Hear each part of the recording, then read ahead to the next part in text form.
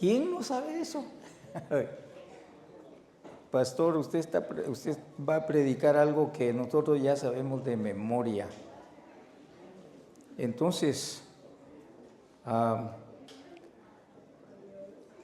dígame qué dice Apocalipsis 22:12. Y no lo sabemos de memoria. No son pasajes que sirven para memorizar. Bueno, todos deben ser memorizados, pero no es lo que nos sirve a nosotros para decir, bueno, voy a memorizar este. Y sin embargo, memorizamos pasajes tan importantes, tan trascendentales como Juan 3:16, el Salmo 91, Salmo 34:7, el Salmo 103 que acabamos de leer.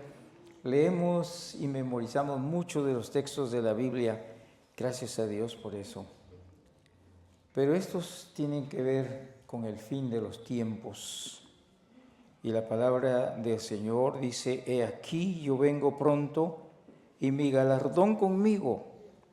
O sea, lo que vengo es a recompensarlos y yo traigo los premios que cada uno va a recibir para que se sienta recompensado. Pero lo voy a dar o lo voy a hacer de acuerdo a lo que ustedes hicieron o de acuerdo a lo que ustedes no hicieron. Y recuerda que Mateo 25 nos relata la historia del trono celestial cuando Jesucristo está al frente y como juez, ya no como Señor y el Salvador, sino ahora viene como el juez que recompensa o que condena. Y ahí le dice, porque tuve hambre, porque tuve sed, porque estuve con frío, porque me enfermé y todas estas cosas ustedes estuvieron allí conmigo, me apoyaron, me visitaron, oraron conmigo, me dieron agua, me dieron comida, me dieron techo. Y de las cosas importantes que Dios quiere que nosotros entendamos. Hay muchas cosas que personajes que he oído últimamente le dan mucha importancia, que realmente no son las cosas que al Señor le importan. No le importa si tienes tu pelo corto, si eres una dama con pelito corto y no traes un velo. Eso no le importa al Señor. No le importa si te quieres vestir como una monja con tu cabeza cubierta y todo el traje hasta la planta de los pies, cubierto. Lo que le importa a Dios realmente el día que nos toque que encontrarnos con Él es que tú vayas con un corazón que Él va a leer delante de ti, con un corazón contento, alegre, porque pudiste colaborar con el extendimiento del reino de Dios sobre esta tierra. La primera cosa que hizo Jesús cuando entró a la tierra, después de haber pasado las pruebas del desierto, todos saben esto de las tentaciones, la primera cosa que él hizo fue entrar a Capernaum y comenzar a decir, el reino de los cielos se ha acercado a vosotros, creed en el Evangelio. Y eso es lo que nos mandó a decir en Mateo 28, en Marcos 16, donde dice, id por todas las naciones, id por todo el mundo y anunciad o predicar, que es la misma cosa, anunciar, proclamar, predicar, hablar de el reino de los cielos. La tarea de la iglesia más hermosa es anunciar el reino de los cielos. ¿Por qué? Porque esto es lo que trae a los hombres, cuando digo hombres, hablando de hombres y mujeres, ¿verdad? Esto es lo que trae a los seres humanos a tener un encuentro con el Rey de la Paz, a tener un encuentro que cambia y transforma todo el ser humano, aquel que se fija no en lo superficial, sino lo que realmente es necesario para hacer algo. Hablamos hace un momento de los que traen estas cajas de los que aportan un poquito, que no, esto no es mucho, no es nada, se puede decir casi por lo que hacemos. Sin embargo, cada cosa, por pequeñita que sea, Dios no la pasa por alto, la apunta. Usted tiene un nombre grabado en un libro que se llama el libro de la vida, y eso está en las manos de los escribas que el Señor Jesús tiene en el reino de los cielos, los que están escribiendo el nombre de cada persona que llega a los pies de Cristo, que se rinde al Señor, que se compromete a amarlo, a servirlo, y abajo de su nombre están todas las cosas pequeñitas y las cosas grandes que usted ha hecho. Así que ese día Dios tendrá muchas recompensas para muchos, y para otras personas Dios dirá: a mí no lo hiciste, nunca me vistes. Pues si nunca tuviste necesidad de nada, Señor, tú eres el Rey de los cielos, el que baja del cielo con gran gloria. Tú no necesitas nada, los necesitados somos los que estamos en este mundo. Pero el Señor Jesús muchas veces se presenta ante nosotros de maneras que nosotros ni cuenta nos damos. A veces como un ángel para guardarnos, protegernos y bendecirnos. A veces como una persona que nos necesita. No necesariamente con una mano, una limosnita, por el amor de Dios. Eso no necesariamente es lo que necesitamos ver. Hay personas que necesitan nuestro apoyo, nuestra ayuda, unas palabras de consuelo, unas palabras de oración cuando más nos necesitan, un consejo cuando es necesario, una corrección incluso si es necesaria. Pero esto es lo que dice la palabra de Dios. Y vengo con mi recompensa para cada uno. Yo soy el principio y el final, o sea, el alfa y el omega, el principio y el fin, el primero y el último. El Señor sabe que nosotros sabemos esto, pero quiere que lo entendamos perfectamente bien. Aparte de Dios, no hay nadie en la vida de todo el universo, si quiere unir todo el globo terrestre y todos los demás planetas en el mundo, si acaso hubiera vida, no hay nadie más grande que Dios, el Dios que se va a confrontar con usted. Él dice la palabra de Dios: soy el primero y el último, el más importante de todos. Y la pregunta que hace: ¿soy importante para ti? ¿Soy importante para ti? ¿O solo cuando tienes gripe y sientes que te estás muriendo? ¿O solo cuando las cosas no van bien y parece como que te acuerdas de mí? Muchas preguntas hay que hacer, que nosotros tenemos que contestar honestamente hablando. Dice: bienaventurados los que lavan sus ropas para tener el derecho al árbol de la vida.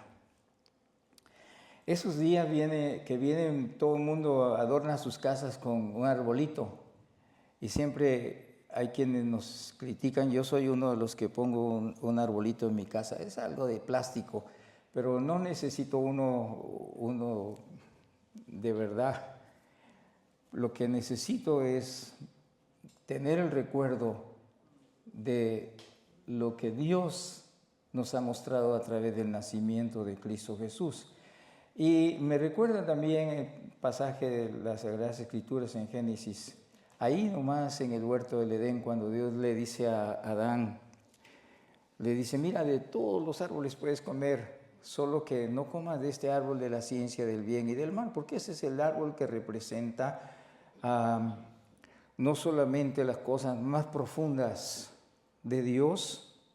Acuérdense que le dijo después, puso ángeles y dijo: hay que sacar esto de aquí y poner ángeles aquí para que no vuelvan a entrar, no sea que también coman del árbol de la vida, y entonces ya se arruinó la cosa, te los tendré que deshacer. ¿Por qué? Porque ahora son como uno de nosotros, dijo Dios. A veces pensamos que el árbol de la ciencia y el mal, del bien y del mal, es solamente un representativo de Satanás. Lo que sucede es que Satanás ve nuestros conocimientos como la oportunidad para ponernos trampas, para engañarnos y para hacernos tantas cosas. Y como sabe que no somos Dios de verdad, somos como dioses, pero no somos Dios. Y somos como dioses no porque seamos algo importante de verdad para decir que somos poderosos en algún aspecto de nuestra vida. No, absolutamente no, ni debemos confundir eso. Somos como dioses, dice la Escritura, sabiendo el bien y el mal, conociendo las cosas que son buenas y conociendo las cosas que son malas. Pero el problema es que en medio de eso nosotros tenemos que tomar una decisión,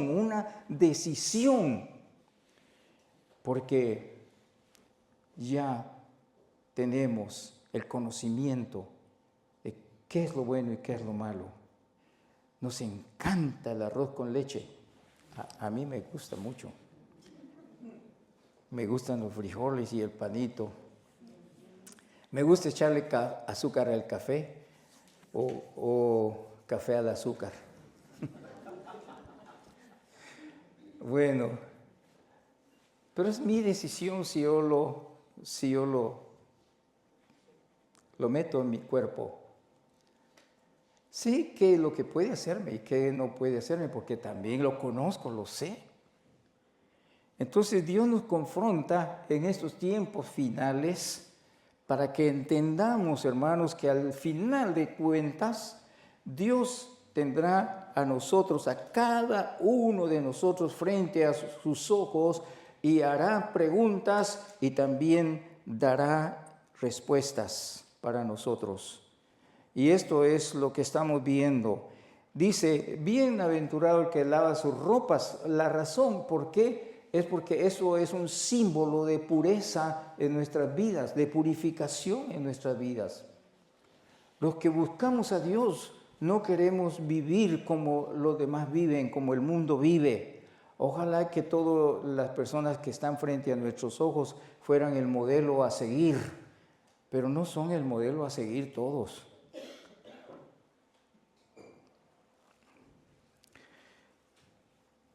Hay quienes son como el modelo que tuvieron cuando eran niños.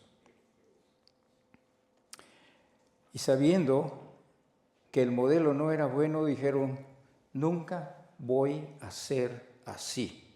Yo fui uno de esos. Cuando yo vi que habían cosas que las personas hacían, incluyendo mi familia, mi padre, por ejemplo, yo siempre dije, yo no voy a hacer lo que él está haciendo. Cuando me di cuenta estaba en la misma trampa, en el mismo camino, en la misma cueva, haciendo lo que mi papá hacía.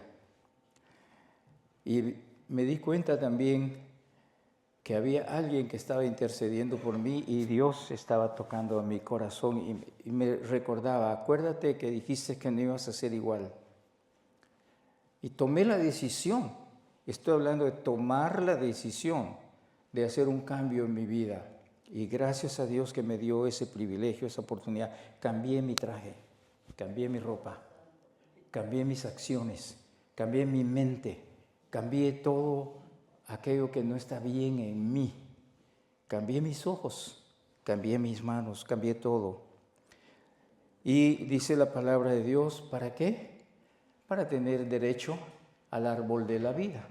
El árbol de la vida es un representativo fiel de Cristo Jesús. Es como cuando usted lee en el Antiguo Testamento, y vino el ángel de Jehová y habló con el fulano, con Manoa, con Gedeón, con Jacob, con quien sea. El ángel de Jehová es Cristo, el famoso rey de la ciudad de pan y de paz, que era Melquisedec, era Cristo. Lee Hebreos, el libro de los Hebreos. Cristo Jesús aquí como el árbol de la vida, como el árbol de la vida. Y el árbol de la vida es algo hermoso, porque es el que si comemos de él, recuerda a Jesús mismo en el libro de San Juan diciendo, yo soy el pan de la vida, el que me come ¿qué tiene? Tiene vida. Aquí el árbol de la vida, que representa a Jesucristo, está diciéndonos, mira, voy a cederles a ustedes algo hermoso, pero tienen que cambiarse de actitudes, tienen que cambiar su mente, tienen que cambiar sus palabras. ¿Cuántos cristianos evangélicos hay? ¿Cuántos hermanos preciosos? Todos somos preciosos a los ojos de Dios, pero algunas veces esos hermanos preciosos cuando se enojan, se mandan con su lengua, parece lengua de serpiente en vez de ser lengua de ángel.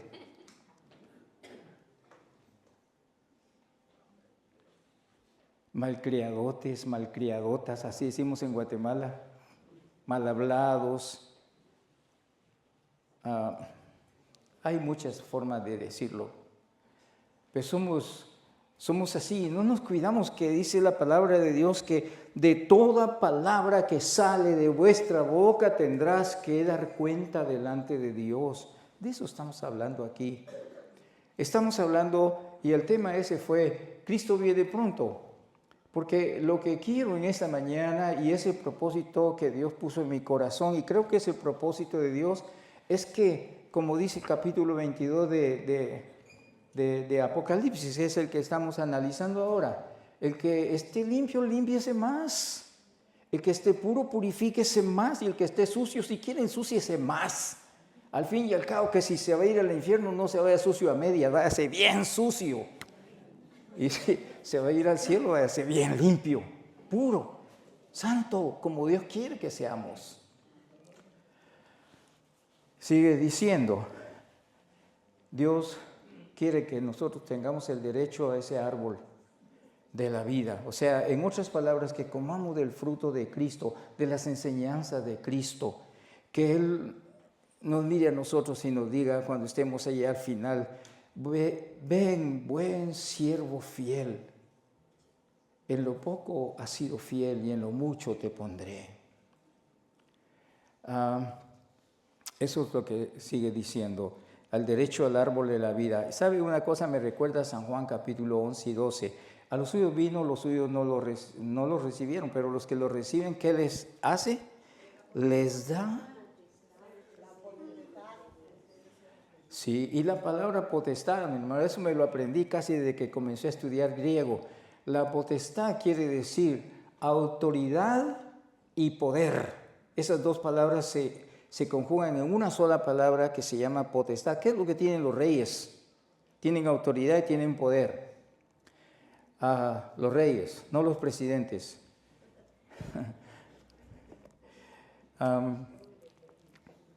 Eso es lo que dice la palabra de Dios. Van a tener el derecho del árbol de la vida y entrar por las puertas de la ciudad, del cielo, de la Nueva Jerusalén.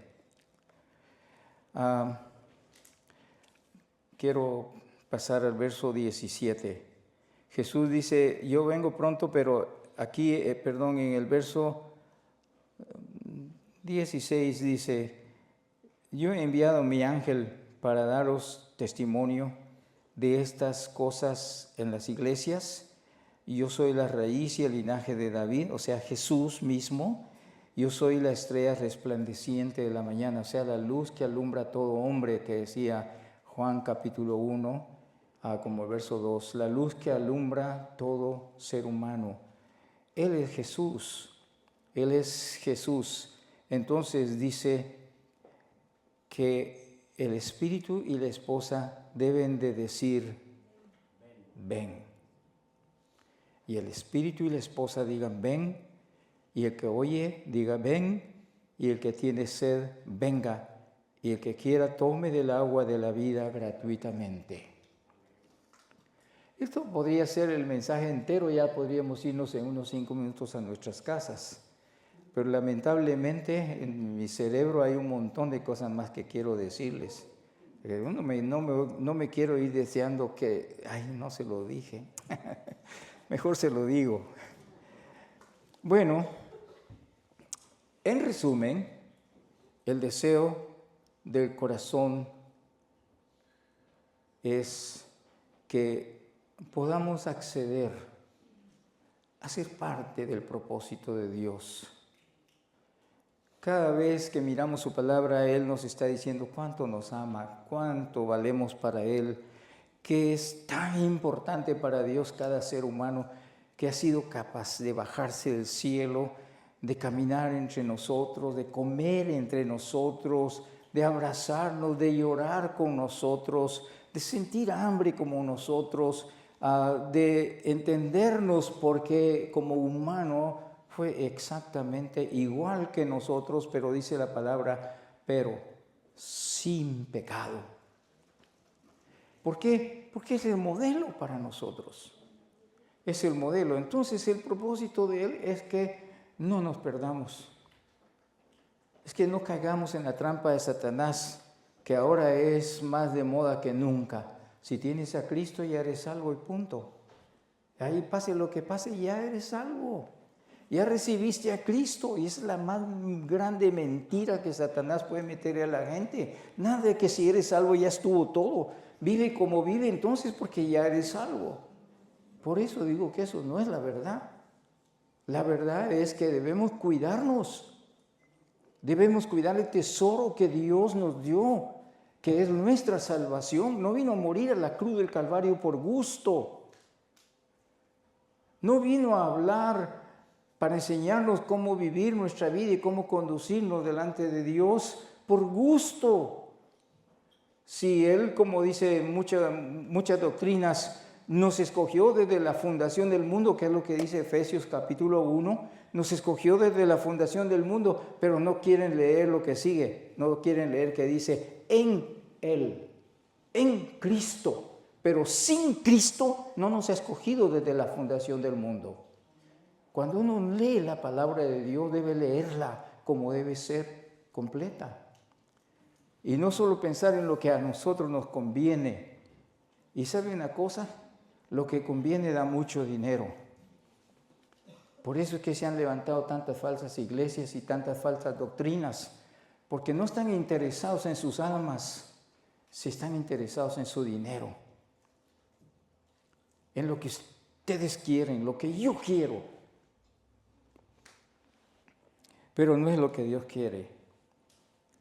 Amados, lo que Dios quiere es que ustedes, que todos nosotros los que estamos aquí, que nuestros hijos que se acaban de ir para allá a tener su clase y nuestros bebés que están en la clase de niños, todos nos salvemos, que no nos quedemos, que seamos inspirados a buscar el camino de la verdad y de la vida y que andemos por ese camino y que al final de cuentas podamos conocer personalmente, como dijo Pablo en 1 Corintios 13, a Cristo Jesús, y que lo podamos ver con nuestros ojos tal y como Él nos ve a nosotros ahora. Entonces, mis amados hermanos, hay un momento que yo lo llamo un momento de emergencia. Este es el momento de emergencia. ¿Sabe por qué? Porque con nuestros ojos estamos viendo lo que está pasando en el mundo. Con nuestros oídos estamos oyendo todo lo que está aconteciendo en todas las naciones del mundo. Antes decía la gente, ¿quiere ir a un lugar precioso en Europa? Váyase a Suiza. Sigue siendo hermoso porque sus paisajes son incomparables. Es extraordinario ir y conocer Suiza, está bien. Pero la gente no lo decía por sus paisajes, sino por la paz que existía en Suiza. Porque no habían problemas de ninguna clase. Pero ahora nadie se escapa. Y en América Latina, que decían, ustedes quieren ir y ver un país que vive en paz, que es hermoso, es extraordinario y es un país demócrata que es la Suiza de América. Váyase, ¿a dónde? Costa Rica. ¿Verdad que lo sabemos? Lo sabemos, a Costa Rica, ¿sí? Porque Costa Rica es un lugar, era como la Suiza de América. Ya no. Vaya usted a las noticias ahora y busque las noticias en Costa Rica y se va a dar cuenta cómo está tan podrido como México, como Guatemala, como Argentina, como cualquier país del mundo. ¿Quiere ver dónde se están desatando las peores guerras en estos momentos y cómo una iglesia como la nuestra de verdad llora con lágrimas de sangre? Vaya al continente africano. Es el más grande continente en todo el globo terrestre. Todos los países en África están en guerras. Y los que no están en guerra un país contra otro, están en guerras internas, lo que llaman guerras civiles. Unos que son contras del gobierno y el gobierno que son contra los contras, y se están matando entre ellos a montones cada día. Y sabe que todo el norte de África, que es donde la influencia cristiana fue más fuerte desde los tiempos de los apóstoles, es el país donde más se está persiguiendo a la iglesia cristiana.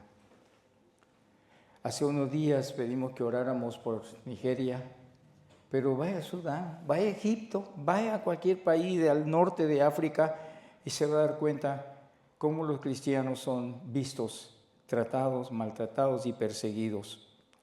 Cuando se reúnen en una casa de oración, en un templo, a veces llegan y queman por fuera y matan por dentro todos los que hay ahí para que no escapen ni uno, nadie, para que los niños no salgan, para que los ancianos no puedan salir y de una vez se mueran todos, porque hay que desarraigar de esta tierra a los cristianos porque son como el veneno de África, cuando el cristianismo es la salvación realmente del mundo.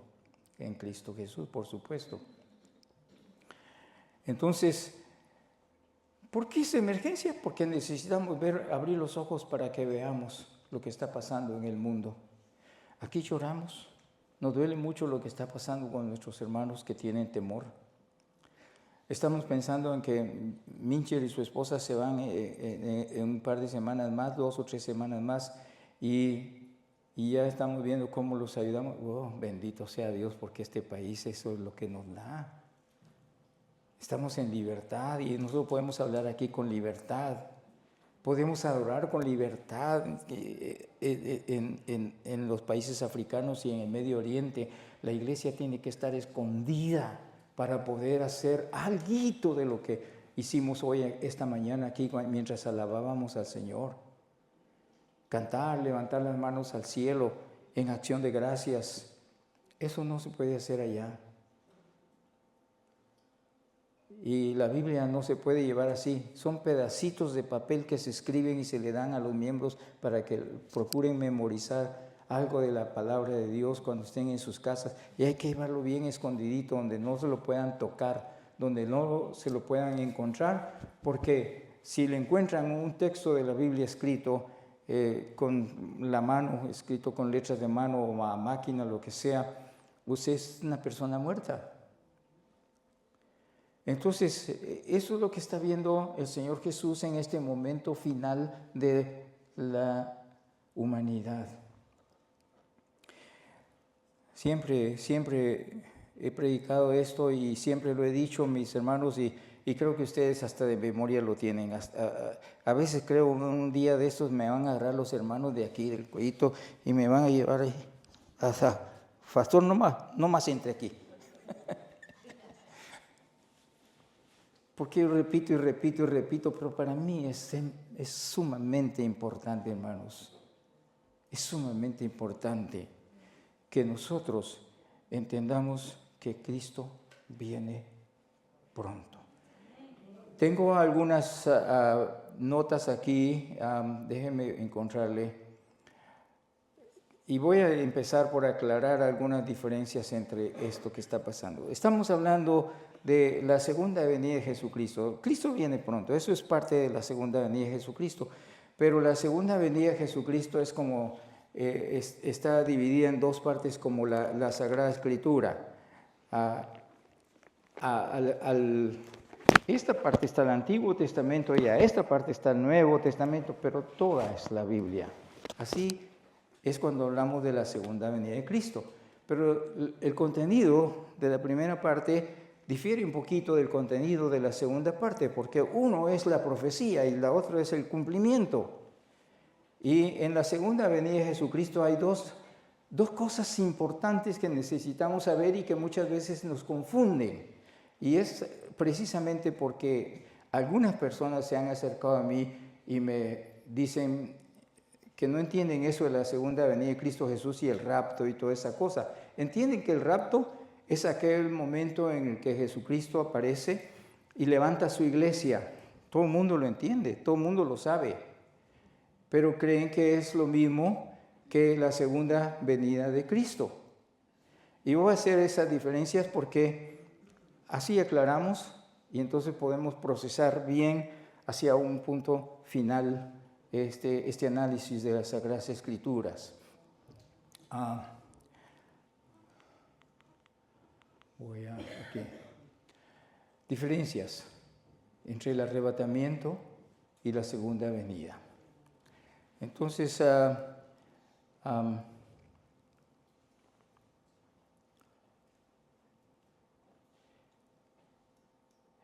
en primer lugar, dice en 1 Tesalonicenses, y tal vez ustedes quieren verlo en sus Biblias, sino que se lo puedo mostrar aquí. ¿Lo puede leer ahí? Sí, ¿verdad? Porque el Señor mismo, con voz de mando, con voz de arcángel, con trompeta de Dios, descenderá del cielo, y los muertos en Cristo resucitarán primero. Sigue diciendo el mismo pasaje, luego nosotros, los que vivimos, los que hayamos quedado, seremos arrebatados juntamente con ellos en las nubes para recibir al Señor en el aire y así estaremos con el Señor. Este es un solo evento. Esto es los que resucitan y nosotros, los que estemos vivos como estamos ahorita. Póngasele que al Señor se le ocurre venir en unos 5 segundos más. Comenzaremos a sentir que está temblando la tierra. Definitivamente van a haber señales poderosas. No las describe la Biblia. ¿Para qué? No hay necesidad. Las vamos a experimentar de todos modos. Pero yo pienso que esto va a producir un terremoto. ¿Recuerda cuando Jesús estaba en la cruz muriendo? ¿Se recuerda que vino un terremoto enorme? ¿Se recuerda que la Biblia enseña que se abrieron las tumbas y la gente que estaba adentro resucitó? Pues algo parecido así es lo que va a pasar. Creo que va a haber un terremoto. Va a cimbrarse la tierra, va a comenzar a moverse, a brincar, las tumbas van a reventarse y de todas partes van a aparecer personas yéndose hacia arriba. Pero a la vez que nosotros veamos eso, de repente vamos a ir agarrándole el pie a alguno de los que pasó cerquita de nosotros. Ahí vamos nosotros atrás de ellos. Vamos atrás de ellos. Porque eso es lo que dice la palabra, los que hayamos quedado. Seremos arrebatados juntamente con ellos. ¿Por qué vamos a ser transformados en humo? Dice el libro de 1 Corintios 15. Vamos a ser transformados y vamos a ser arrebatados juntamente con ellos también. Y vamos juntos vamos a encontrarnos con Jesucristo. ¿En dónde? En el aire. Dice aquí. En otros pasajes dice en las nubes. Y bueno, de esas cosas que vamos a hablar. La segunda venida es diferente, porque en la primera venida Jesucristo está allí en las nubes, en el aire. No pone sus pies sobre la tierra. Solo voy a usar el texto ahorita que les voy a mostrar porque es para nada más afirmar que la segunda venida es algo completamente diferente. Creo que la segunda venida dice, porque si creemos que Jesús murió y resucitó, así también traerá Dios con Jesús a los que durmieron en Él.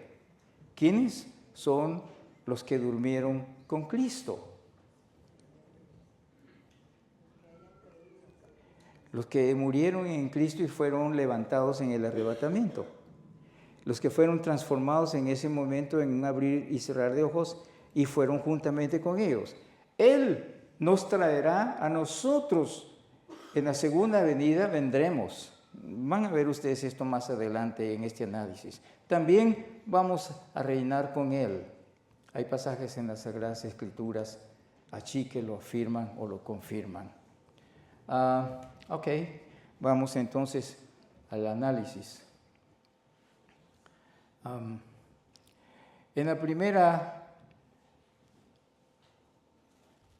el tiempo del arrebatamiento, la venida de Jesucristo, en número 1, es inminente. ¿Sabe qué quiere decir eso? Que viene. ¿Pero sabes cuándo? ¿A qué hora? Eso es lo que hace que la palabra inminencia tenga el valor que tiene acá, o la connotación como se quiera decir. Que realmente nadie sabe la hora ni el día, pero todos sabemos que va a venir, y va a venir. En cualquier momento va a venir. Eso es lo que quiere decir ser inminente. Está por llegar, pero no sabemos a qué horas. En segundo lugar, viene por su iglesia. No viene por lo que no son su iglesia. Aquí hay un misterio, hermanos, que quiero aclararlo porque a veces tenemos los ojos tan cerrados que no podemos ver las verdades de Dios. Cuando digo viene por su iglesia, ¿a qué me refiero? ¿Es usted la iglesia de Cristo? ¿O es usted un asistente al templo cristiano? Ese es el misterio aquí. El misterio es de lo que tenemos la confianza plena, la seguridad plena. Recuerda Hebreos 11, ¿verdad? Es pues la fe. ¿La qué? ¿Usted cree que está hablando de otra cosa eso? No. Está hablando de la certeza de que Cristo viene. Es lo que estamos esperando. La convicción que ahora no lo vemos, pero lo veremos. De eso está hablando la fe, y se puede aplicar a 1,000,000 de cosas que usted quiera aplicarlos. Como cuando oramos por alguien que necesita salud o necesita trabajo y oramos por esa persona, si tenemos la fe de la seguridad que Dios va a abrir una puerta y que estamos convencidos de que esta semana va a encontrar su trabajo. Y sí, porque Jesús dijo, si tienes tanta fe como la semilla de una mostaza, pues dile a esas montañas que se vayan al mar y se van a trasladar al mar, porque la fe es poderosísima, mueve el poder inmenso de Dios. Pero aquí está hablando de Cristo y de su venida, y está hablando de la fe que tuvieron todos esa fila de héroes ilustres de las Sagradas Escrituras, que tuvieron fe y que por la fe de ellos el mundo se transformó, fue transformado. Entonces, eso es lo que es la fe. Entonces, aquí estamos viendo que en número 2 viene por su iglesia. Y debe ser claro que su iglesia es la que tiene fe en Cristo Jesús y no solamente cree en Cristo Jesús como una realidad, sino que vive en Cristo Jesús la realidad de Cristo Jesús. Vive caminando por el camino que Él ha marcado, por los mandamientos que nos ha dado. Vive creyendo la verdad que nos ha enseñado, y la vida que nos ha dado la vivimos diariamente. Se llama en una sola palabra santidad. Vivir en santidad es vivir caminando en el camino que Cristo nos mostró, creyendo las verdades que Dios nos dio y viviendo como que si ya las puertas del cielo están ahí, al nomás abrir la puerta de la iglesia para irnos a nuestra casa, entramos a la puerta del cielo.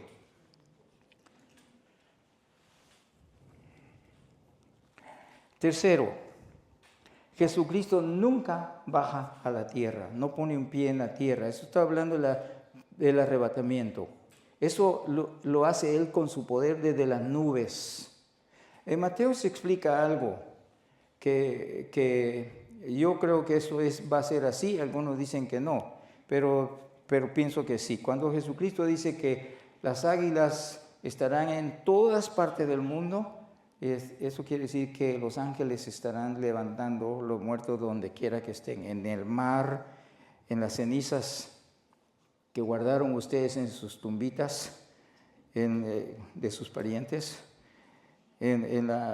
saliendo donde muchas veces quedaron los leones muertos porque se tragaron unos cuantos cristianos, y ahí van a resucitar los cristianos.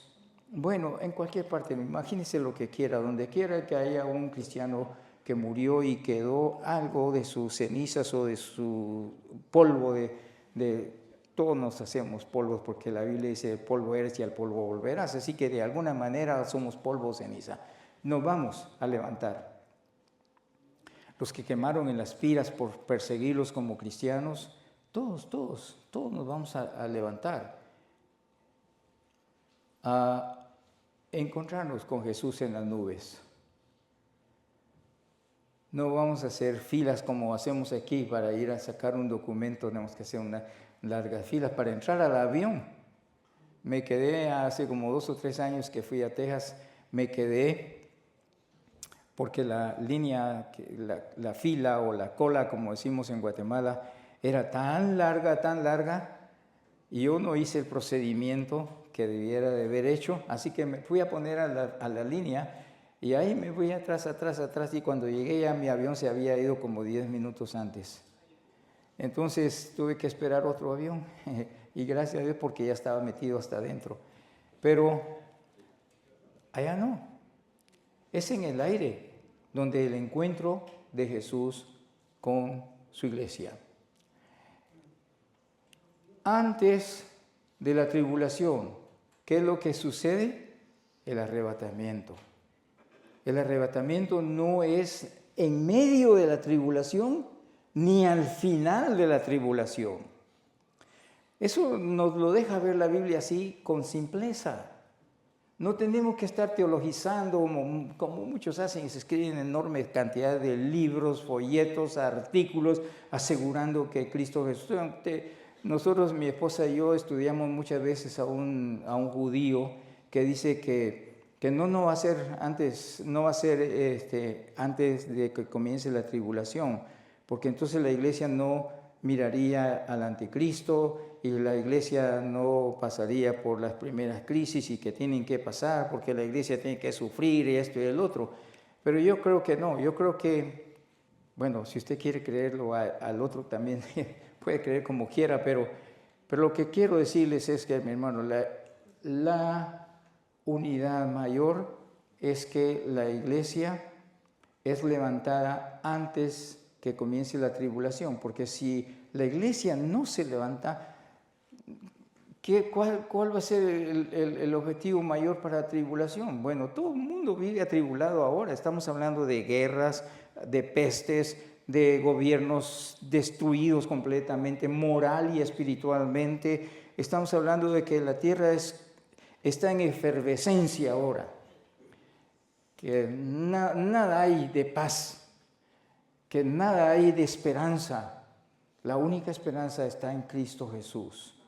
Entonces, Cristo Jesús se lleva a su iglesia, es lo que llamamos el rapto de la iglesia o el arrebatamiento de la iglesia.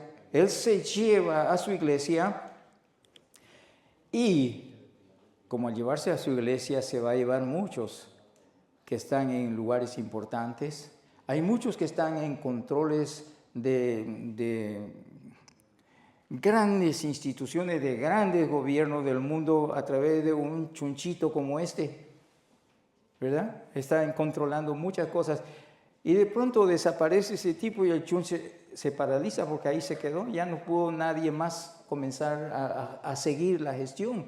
Entonces, ¿qué va a pasar? Se van a descontrolar trenes, aviones, se van a descontrolar todas las maquinarias de las grandes fábricas, el gobierno se va a entorpecer y comienza a haber un terrible caos en el mundo.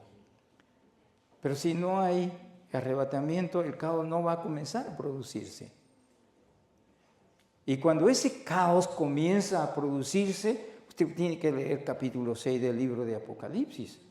Es cuando usted ve un tipazo montado en un caballo blanco y, híjole, ese es algo glorioso, viene con toda la autoridad del mundo le ha otorgado, que es lo que dice la palabra de Dios.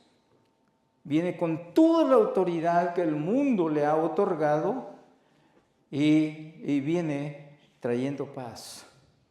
Y entre comillas, por supuesto, es el anticristo. Es el anticristo. Ahora, lo que dice la palabra de Dios y que muchos lo toman como que si fuera el anticristo que viene, es el espíritu del anticristo ya está entre nosotros, es lo que dice Primera Tesalonicenses. Entonces, sí, pues claro, ¿cuántos no se levantan en el nombre de Jesucristo diciendo y haciendo cosas que la gente cae? Lo que quiera usted pensar, ¿verdad? Porque hay muchas señales, hay muchos milagros.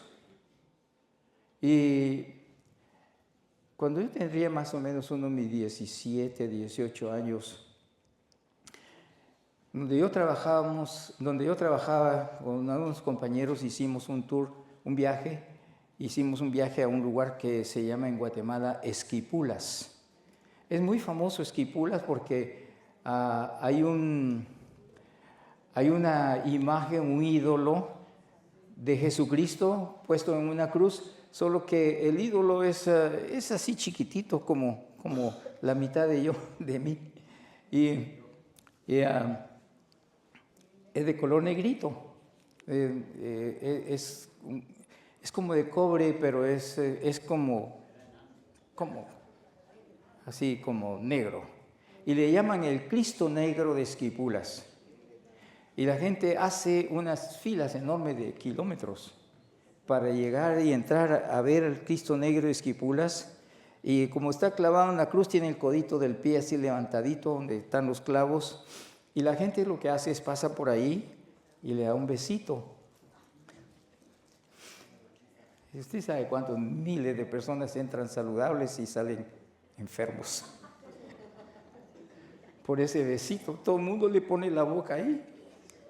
Y yo como ya sentía mi temor a Dios, yo pasé por allí, hice la fila que para ese entonces era como de 200 personas porque era un día como miércoles o algo así.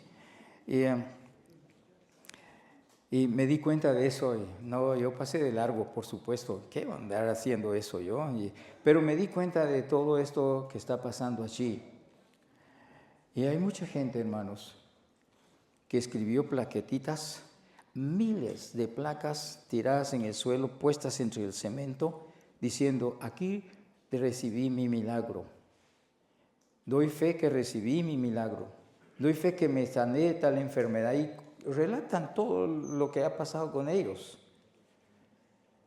En otro lugar llamado San Pedro, en un lugar que es uno de los lugares más lindos que tiene Guatemala, que es Panajachel. Enfrente hay una isla y esa parte del frente se llama San Pedro. Y ahí hay templos españoles antiguos. Y solo pasar enfrente apesta, ya no digamos si usted entra y quiere contaminarse, pues entre, ¿verdad? Pero hay gentes ahí que entran de rodillas y salen caminando, salen con sus milagros. Los ídolos también hacen milagros. Pero como dice Corintios 10, dice que atrás de los ídolos están los demonios. Y los demonios sí tienen poder. La cosa esa hecho por el hombre no tiene ningún poder. Es como las pantallas que tenemos aquí o esta cruz que tenemos aquí. Es una cruz cortada, la madera, la compramos, le hicimos esas zanjas ahí, empatamos la tabla y le pusimos una cruz ahí, es una cruz. Es algo hecho de los hombres, igual son los ídolos. Mi esposa siempre cuando éramos novios me contaba algunos chistes y entre esos me contaba que una vez ella de niña fue a la iglesia y fue a ver creo que al Cristo o al San Jerónimo, algo así, que era el santo de su pueblo, y fue y le entró curiosidad porque lo estaban arreglando bonito, adornándolo, y fue y le levantó el vestido para ver qué tenía abajo. Y eran tablas donde se sostenía solo de aquí para arriba, así que no le vio nada que quería ver.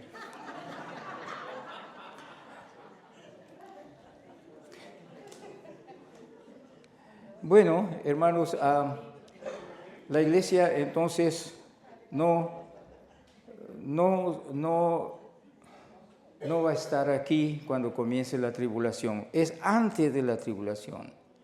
Los muertos en Cristo resucitan, no más gente. Los muertos en Cristo resucitan y yo estoy atrasando la cosa, no, sí. Y ahorita Jesús viene a salvar a su iglesia. El arrebatamiento es para salvar a la iglesia de la gran tribulación o de la tribulación. No podía ser más lógico ni más cierto, porque Jesús le prometió a la iglesia ¿cómo la iglesia amada? ¿Cómo se llama? En Apocalipsis capítulo 3. Filadelfia, gracias. La iglesia Filadelfia le dijo, te voy a librar de la hora mala. La hora mala era la hora en que se desata la ira de Dios. Porque no se crean que Dios no se enoja. Sí, Dios es amor, dice Hebreos 12:28, creo que es lo que dice. Dios es amor, pero también es fuego consumidor. O sea que no le toquen a Dios con las manos sucias, porque va a ver lo que es eso. Viene a salvar a su iglesia, porque lo prometió, ¿no? Y no va a dejar su iglesia allí. Mire, es como que digamos, ahora nosotros estamos salvos, estamos bien con Dios, estamos purificados delante de Dios, hemos venido a adorar a Dios y si salimos de aquí, salimos santos, aunque cuando lleguemos a nuestras casas ya vamos otra vez como salimos de allá para acá. Pero la cosa es importante ver que su iglesia preciosa no tiene que pasar al infierno primero antes de ir al cielo. Cuando somos salvos en Cristo Jesús y nos morimos, la Biblia afirma que de una vez vamos a ver al Señor. Nada de que esperemos ahí dormiditos unos cuantos miles de años. Nada de eso, esas son puras doctrinas falsas. Y viene por la novia. Y si vamos de regreso, le voy a decir uno por uno. Jesucristo viene por su novia en el arrebatamiento, pero en la segunda venida que se da después de la gran tribulación, viene con la esposa. ¿Ve? Arrebata a su iglesia, hay unas bodas en el cielo y cuando regresa, ¿qué es la iglesia? ¿Es la novia? No, ya estuvo las bodas, ya viene la esposa con él. La iglesia ya no viene al final en la segunda venida de Jesucristo, como la iglesia viene con Cristo Jesús, ya no es para ser salvada, sino para reinar con Cristo Jesús, como leímos el texto que leímos hace unos momentos, viene para reinar con Cristo, para juzgar a las naciones.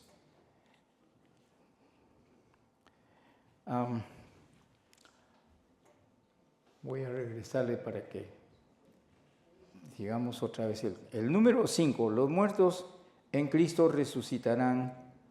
Los muertos en Cristo, en el arrebatamiento, resucitarán y nosotros seremos transformados, pero solo los que estamos en Cristo Jesús.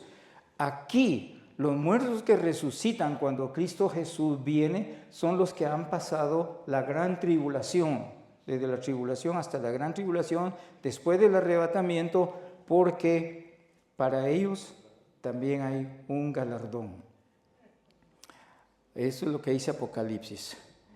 Luego, Él viene en las nubes, esta vez no. Cuando ya es la segunda venida de Jesucristo, ya no viene en las nubes a esperar su iglesia y a reunirse con ella, sino ya entra directamente y pone sus pies. Dice la Sagrada Escritura, dice, pone sus pies sobre el monte de los olivos y establece entonces su reino milenial desde allí. Por cierto que pasan muchas cosas, pero para eso requiero un año entero para explicar todo el libro de Apocalipsis. Luego, en el punto 2, viene por su iglesia. En la segunda venida viene con su iglesia. En la primera, en el rapto de la iglesia espera a Cristo y su llegada es inminente, o sea, está por llegar, nadie sabe la hora, algo sorpresa, misteriosa, pero por eso se llama inminente. Entonces, pero aquí no, en la segunda venida de Cristo Jesús, que es después de la gran tribulación, después de los 7 años de tribulación, entonces Jesucristo ya ha establecido cuando viene a juzgar a las naciones. Es antes de que comience el milenio y luego que termina la gran tribulación, viene, ata a la bestia, al falso profeta, al anticristo y finalmente al dragón, o sea, la bestia, y los echa. A los primeros 2 de una vez los echa al infierno, pero al dragón, que es Satanás, lo echa, llaman el abismo, al abismo, que es diferente directamente del infierno. También este es un estudio muy grande, muy largo. Así que, mis amados hermanos, esto es Apocalipsis y las diferencias entre el arrebatamiento y la segunda venida de Jesucristo. Son 2 eventos separados que pertenecen a un mismo cajón. Primero comienza con el arrebatamiento y finalmente la tribulación, y al final de cuentas viene Cristo Jesús a juzgar a los vivos y a los muertos, establece su reino milenial y después le entrega todo al Padre cuando ya echa al dragón al infierno de una vez. Entonces ahora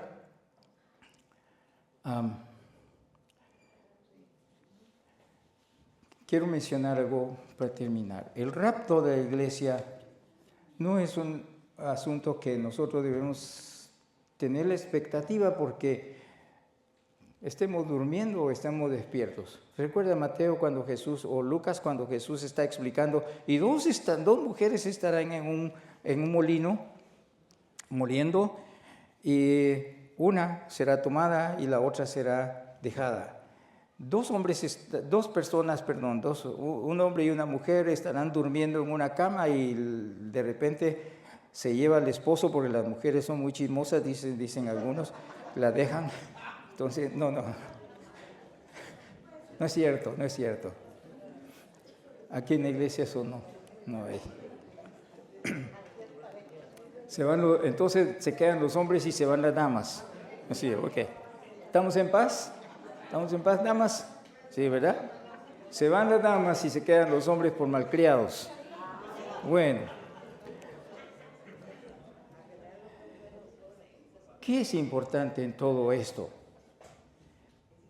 Es que esto último que está pasando nos regresa a Apocalipsis 22. Estamos a punto de ver a Jesucristo frente a nosotros. Y el rapto y todo lo que viene de la gran tribulación, la tribulación no es para la iglesia, el rapto sí es para la iglesia, pero el rapto nunca debe ser algo que nosotros lo tengamos como una expectativa. ¿Será que me voy a quedar? ¿Será que me voy a ir? Algunas veces llego a mi casa y no hay nadie en la casa. Y entonces comienzo a buscar al Chato, que es nuestro perro, y el Chato tampoco está. Pero luego me acuerdo de Apocalipsis 22 que dice que los perros no entrarán al reino de los cielos. Entonces digo, no, si no está el Chato es que andan paseando. Hermanos amados, es una de las más hermosas esperanzas que los cristianos debemos de albergar. Eso debe ser lo que nos anime a nosotros.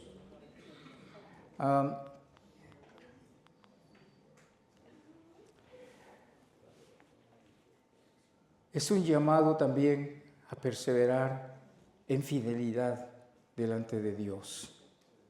Es el cumplimiento del plan y el propósito divinos para la iglesia cristiana y para el pueblo escogido de Dios. Y cuando Pablo escribe a Tito en 2:13 le dice, estamos aguardando la esperanza bienaventurada y la manifestación gloriosa de nuestro gran Dios y Salvador Jesucristo. Eso es lo que debe de ser ahora o tener la iglesia en su corazón. Una esperanza enorme. Nos exhorta a tener en mente que Cristo viene en cualquier momento y que debemos estar preparados para irnos con Él. Hermanos, el mundo nos embarra a cada momento. Usted solo sale a la calle y se encuentra con algo que le desvió su mente. La llevaba santa, pero comienza a manchársela. Es un problema serio. Entonces, nosotros necesitamos estar preparados. Compartir el mensaje del reino de Dios no es una opción, no es una alternativa, es una demanda divina. Compartamos el mensaje, hermanos. Hablemosle a cualquiera, preguntémosle de cualquier cosa para poder establecer una comunicación y notar si son cristianos o no, porque hay mucha gente que nos dice, no, yo ya soy cristiano, yo voy a tal iglesia, y ahí dejémoslo, pues démosle un abrazo, despidámonos y vámonos. Pero necesitamos compartir el mensaje, el que da, recibe. El que comparte siempre tendrá. Más bienaventurado es dar que recibir. Acuérdese de eso. Mateo 24:44 dice, por tanto, también vosotros estad preparados, porque el Hijo del Hombre vendrá a la hora que no pensáis. ¿Eso es lo que dice ahí? Sí. Ok.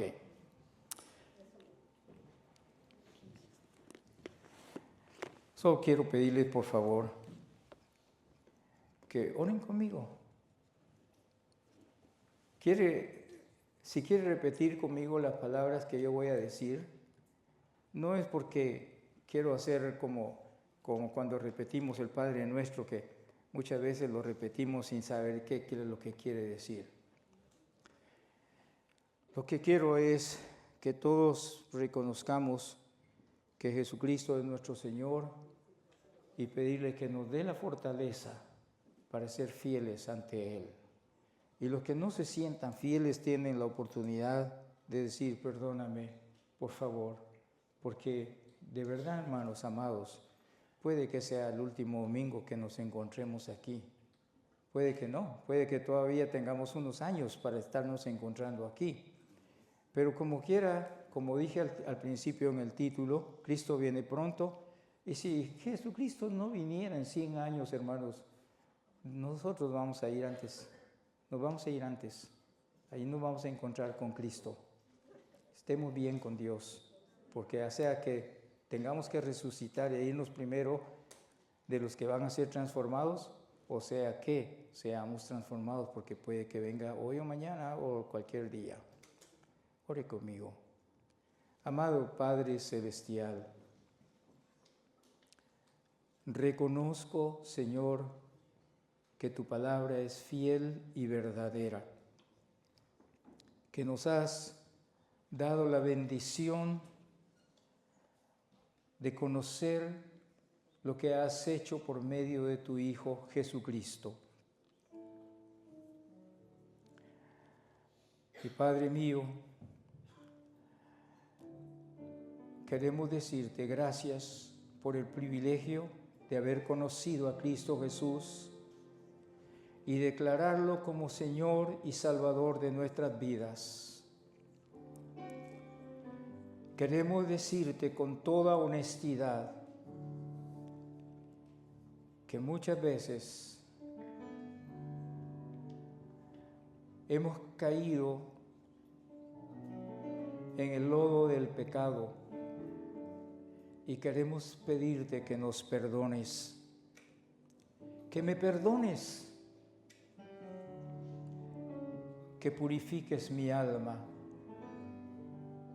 que mi mente sea una mente como la que tú quieres escudriñar, Señor.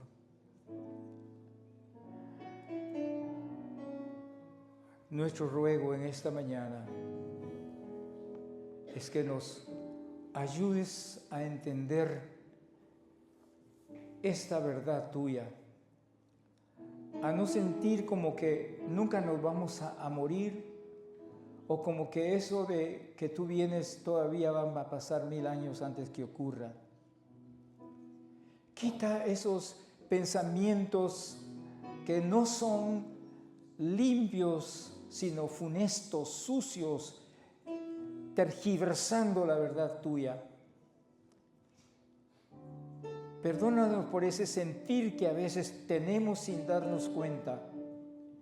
Hacemos muchos planes como que si fuéramos eternos. Ayúdanos a entender, a estar seguros de que estamos en orden y en comunión contigo. Danos la fortaleza de ser fieles para que cualquier momento que tú vengas o nos llames a tu presencia, estemos en orden, estemos en fidelidad.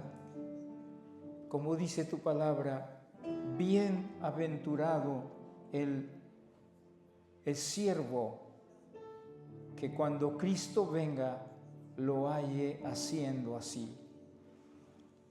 Ayúdanos a ser fieles, a compartir tu gloria, a compartir tu salvación, a compartir la palabra del reino, aunque sea, Señor, en nuestras propias palabras.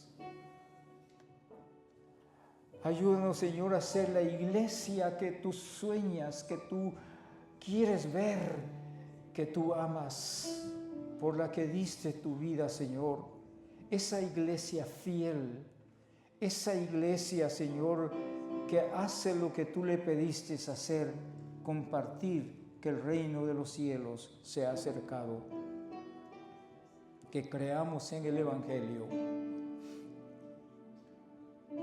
Danos esa bendición, Señor mío. Somos tu iglesia, cada uno de los que estamos aquí. Ayúdanos, Señor, a ser los padres sabios para poder pasar este mensaje a nuestros hijos, a nuestras hijas, a nuestros nietos, a nuestras nietas, o a los abuelos y a las abuelas.